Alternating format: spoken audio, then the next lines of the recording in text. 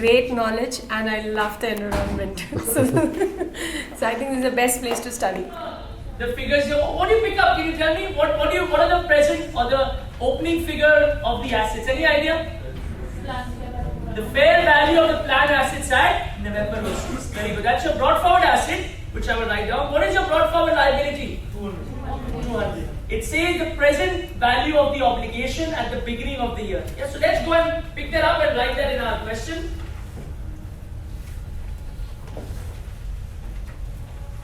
So let's mention this here. You have this question 20. You mention here pension assets and pension liabilities. So like you rightly said, we record the opening figures which are given to us by the actuary in real life as well as in the exam. We have the brought forward 190 at the beginning of the year, which is 1st November 2006. And we also have the opening liability. I said take the liabilities as negative. What else? What else has been told to us? Any idea what we learned? You set up the brought forwards, and what is the style I taught you then? You always very good. You always write the carry forward figures. The carry forward, leave ample space because there will be lots of things we'll be putting in there. Write your point. And that will give you your 2 marks.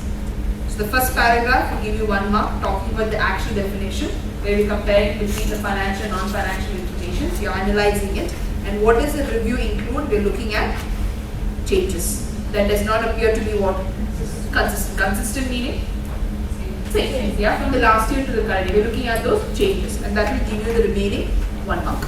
Is that okay with that? Moving on to part 2 of the question. What is part 2 of the question saying? Exactly. What are the different types of what?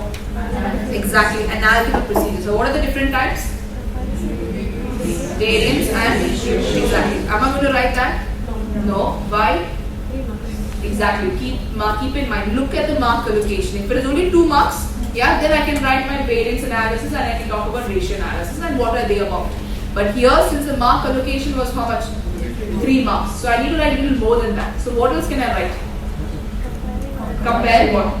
Current year with my previous year. Then compare current year with my budget. Current year with my previous year. Yeah. See the mark allocation and then decide on what to write. If it's 2 marks, we can just write variance and ratio. But since the question was talking about for 3 marks, you talk about those 3 procedures. Is that okay with that? Okay. We will start with the first one.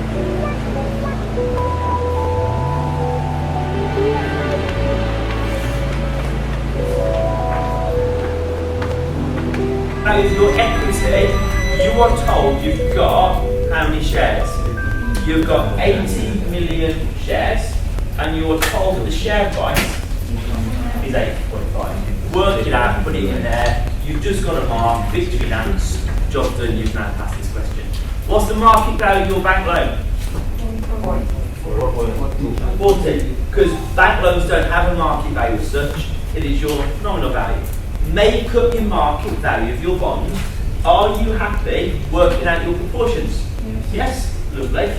To work out the cost of your bank loan then, you're going to do KD equals I brackets 1 minus T over P naught. Your interest rate according to this question for your bank loan is 6. 1 minus your tax rate of 30% over 100. That gives us 0.0.